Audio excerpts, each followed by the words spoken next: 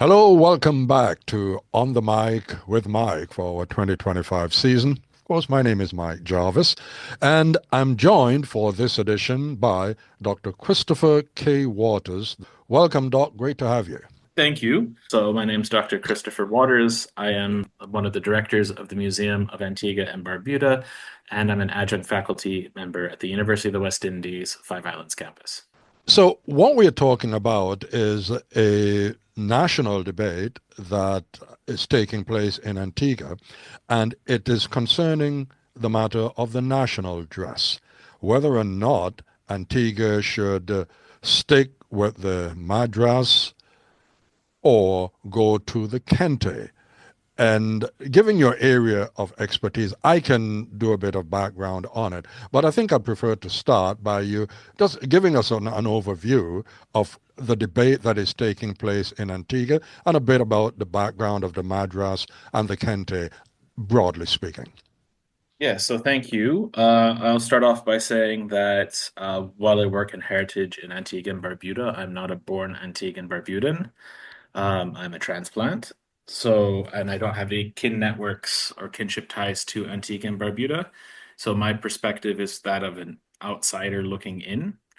Um, the current debate, which kicked off just around Christmas, is there's a discussion about whether the madras cloth, which is part of the national dress and has been since independence in the 1980s, is appropriate as a national symbol representing the national dress of Antigua and Barbuda, or should Antigua and Barbuda select something that is more closely related to the African continent?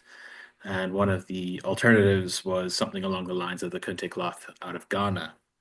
Um, and so that was set off a bit of a debate on especially social media and in the regular media, a little bit about what the role of national symbols are, what the history of the different types of garb are, and how Antiguans and Barbudans want to see themselves and be portrayed, and how they want to portray themselves. And given your, let us call it, both your professional background, so your professional perspective, and your personal independent perspective, in a sense, almost as an onlooker, but someone whose profession brings you into the discourse in a sense. How significant do you say this, not just for Antigua, but in a broader sense? So I think any discussions about national symbols, especially in a recent post-colonial context in which Antigua and Barbuda and most of the Eastern Caribbean finds itself, is incredibly important, right? Antigua just celebrated 43 years of independence in 2024. So we're going towards 44 years this coming November. And if you look at the other independent sovereign states within the region, they're all also only about 50, 60 years old at the moment, which means that they're still countries relatively new. There are still people alive who remember pre-independence. There are people who are still in power who are part of that first generation of independence leaders in many of these countries. And so and there's people who still have this idea of trying to figure out what it means to be a nation and trying to identify what sets each individual nation apart from its neighbors.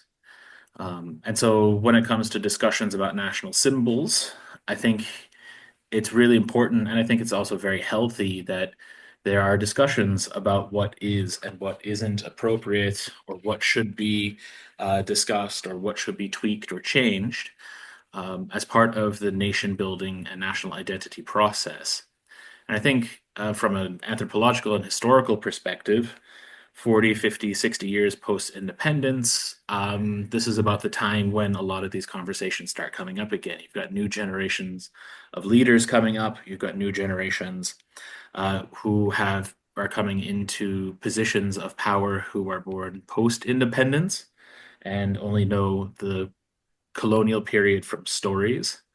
Um, and so they, of course, will have a different perspective on these different national symbol elements, right? From what I understand of the process in the 1980s and in many of these other countries, national symbols came about very, very quickly as nations were being created and created rather suddenly, and trying to create these national identities around these symbols to identify someone as Antiguan or to identify someone as a Barbudan or identify someone as Montserratian or from the BVIs or from Dominica, St. Lucia, Barbados. All of these symbols were created at the moment of independence or shortly thereafter. And it was created in the context of becoming independent, gaining sovereignty in the post-colonial and then pre-colonial and post-colonial struggles. So again, we've reached a maturity within these nation states and potentially also within the autonomous regions or semi-autonomous regions within the Eastern Caribbean and the French Caribbean and the Dutch Caribbean, where these symbols are being re-looked at and renegotiated to better reflect the first 30, 40, 50 years of independence. And I think you're bringing a very important academic perspective to this. You mentioned that in Antigua, because this particular discussion that we're looking at is taking place in Antigua, but it's also happening elsewhere in the Caribbean that I know of, definitely Dominica. The discussion is taking place in Montserrat. I have evidence of that in St. Lucia and to some degree in the French Caribbean of Guadeloupe, island of Guadeloupe as well. You said that there's a lot of discourse happening on social media, in the press, and so forth. How has this sort of grasped the Antiguan imagination from your vantage point there where you are? And I should really say Antigua and Barbuda. Yeah, I think in many ways the discussion focuses in and around what the madras cloth potentially symbolizes outside of it being a national dress symbol. So, for those of you who are unaware of the madras cloth, it is a square pattern with greens and yellows and reds. It's similar to some of the other national dress colors that you might see in the rest of the English-speaking Caribbean in terms of the pattern, with its own unique kind of colors, and it's supposed to be juxtaposed against white cotton clothing, whether that be a dress or whether that be a pants and a shirt. That's the intention behind the Madras national dress style. And I think the argument for changing it comes from that the Madras cloth itself is tied in with the British colonial empire and the British imperialism. Um, that it is a style of cloth that comes out of India and not Africa, and therefore doesn't really have, in particular in Antigua and Barbuda, that doesn't have and historically never had a large East Indian population. That there's no real cultural connection to that cloth, and that, as a matter of fact, it might be part of a legacy of slavery, enslavement, and post-emancipation that would be, in as some have contended, celebrating in a negative way the colonial past. And so the argument that is being brought by some members of society is that rather than looking for something that has its roots in British imperialism or in India, to which in Antigua and Barbuda does not have that intense cultural connection as, say, Trinidad or Guyana might, that Antiguans and Barbudans should be looking at a type of cloth or type of clothing or national dress which is more reflective of the African ancestry of the population. I am going to pick your brain as an anthropologist here. In this whole issue of identity, and some folks, may or may not put a kind of negative connotation on what they refer to as identity politics. I don't see it as identity politics as such. I see it as people wanting to define and project an identity of themselves. Where does a Caribbean identity from your perspective and your area of expertise come into play here? Because so far we've discussed the madras background, India, more of the fabric than necessarily the design, and the kente, West Africa, more of Ghana than Nigeria, Senegal, etc., and African or Afro-Caribbean people in the region have generally stemmed from those areas in West Africa. But a Caribbean society has been formed down through the years. Where does a Caribbean identity fit into this rather than the sort of binary Madras or Kente? I think one of the beautiful aspects of the Caribbean is that it is multilingual, multi-ethnic, multinational. Um, it is a intensely diverse space scattered across a very small area of in terms of territory, but and a relatively small population. And by that I mean colleagues, friends that I have that are Antiguan and Barbudan or from other Caribbean islands. They have family members scattered across the entire region. There are relationships and there are family and kinship networks that stretch between countries and across territories, which are not inherently defined by the traditional concept of a nation state, meaning that a nation state has a specific boundary and that it is self-determination by the people who live there, who identify as a single entity based on their common background. Um, so I guess what I'm trying to say is that there, I think, is a potential for a wider Caribbean region, but and a Caribbean identity, and I think it certainly exists, especially through a shared, in particular across, cleaving across languages. So the English-speaking Caribbean shares similar desires and similar cultural attitudes towards music, um, towards food, towards a common language, even though within each territory you've got different dialects and patois, which blend, which are context dependent based on specific country. Um, but a regional identity as such doesn't fit very well in the way that humans have organized themselves into nation states in the last, well, since the 1644 Treaty of Westphalia, meaning that nation state is the highest sovereign entity that exists, and it competes on more or less an equal playing field with other sovereign states.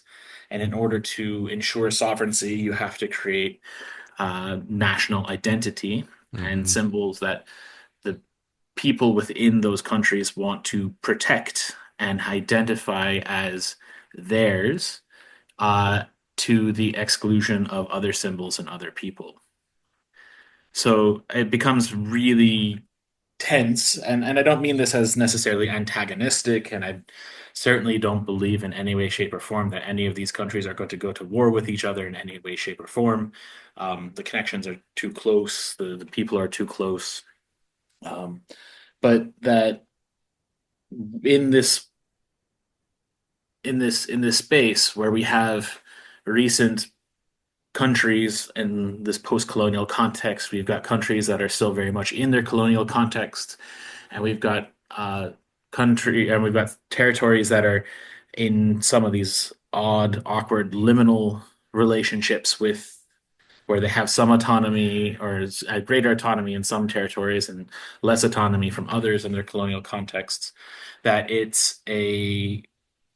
creates a very fractured landscape on a political sense.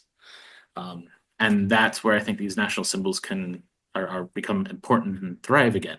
because it creates an opportunity for people to look inwards and identify themselves. And Um, okay, sorry, you continue. Sorry, and I just going back to, your point about asking about, where do people choose where their symbols should be coming from, whether it be from Ghana or Nigeria or India or any of that. I think as a highly diverse population, that's an important conversation. Where should we source the inspiration for these symbols? Um, and so when it comes to madras or kente cloth or any of those, me personally, I'm more interested in the conversation that happens around it because I think as people are working their way through their feelings on these subjects, their sense of identity is only going to get stronger. Their sense of identity as Antiguans and Barbudans or in any other country or territory are only going to get stronger because these become because these symbols are so important to people and over the past 40 years have become so important to people that they're willing to have these conversations. If we weren't willing to have conversations about symbols, then the symbols would have no potency whatsoever. And I like the point you made there about having these conversations. For example, what I'm doing here, I'm calling, I've labeled it conversations, not confrontations. Regarding the conversations surrounding the issue of identity, surrounding this particular issue of what really should be the national dress that portrays the identity of Antigua and Barbuda.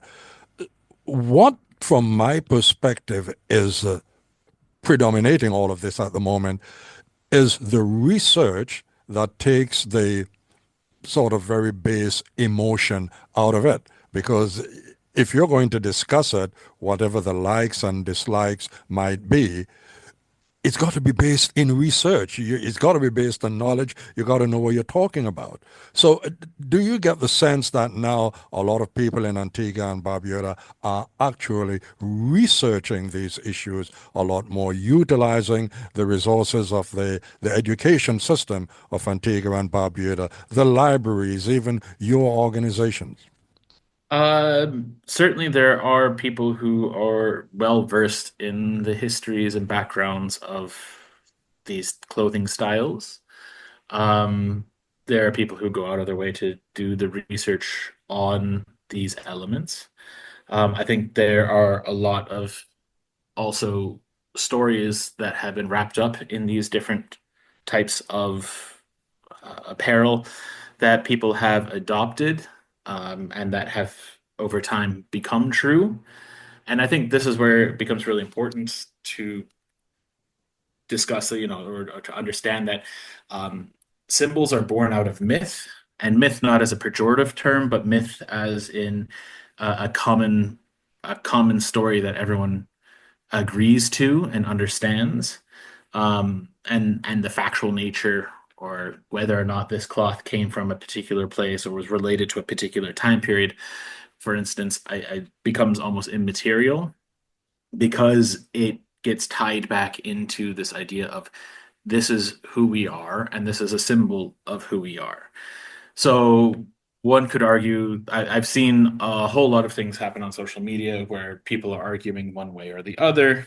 For instance, tying some of these cloths back to uh, the time of enslavement, or tying them to the post-emancipation period, or trying to look at a whole variety of, or trying to, both as positives and negatives, meaning that it's been around for a long time versus this is what was forced upon us in the past. Um, Whether or not it's, this is tradition, so therefore we should keep it versus this is oppressive and therefore we should get rid of it.